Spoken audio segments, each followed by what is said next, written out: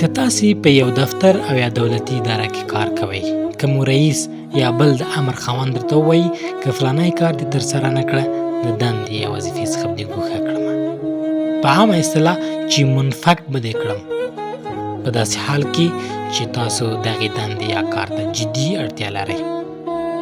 ځکه که چیرې تاسې له دندې لرې شئ نو اقتصادي ستونزو سره به مخ شئ، چې بیا دغه اقتصادي ستونزې په خپل ځان کې نورې ستونزې زېږوي. نو اوس فکر وکړه چې څومره په چټکۍ او عجله به خپل د رئیس امر اطاعت وکړئ او هغه کار به ترسره کړئ. بیا داسې فکر وکړه که چیرې د رئیس امر دې ونه منه او هغه کار دې ترسره نه کړه، نو اوس ته فکر وکړه چې له تا سره به څه کېږي، ستا انجام به څه وي. آیا تا به وبخي؟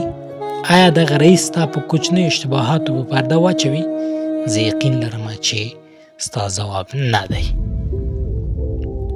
خو الله سبحانه تعالی چې زموږ پیدا کوونکی دی، هر څه د الله تعالی په وس کې دي. امر کوي چې پر ما ایمان راوړئ، نیک کارونه ترسره کړئ، لمونځ ادا کړئ، زکات ورکړئ، روژې ونیسئ، حج وکړئ. په پای کې وایي که مو دا کارونه ترسره نه کړل دوزخ به مو ځای وي. د دوزخ د عذاب څخه یې وویرولئ. خو انسانان بې پروا دي، دې ته هیڅ پام نه کوي چې الله سبحانه تعالی موږ ته څه وایي، موږ یې د څه لپاره پیدا کړي یو او له موږ څخه څه غواړي. اوس تاسې فکر وکړئ، سره د دومره بې پروایۍ سره بیا هم الله جل جلاله موږ بخي.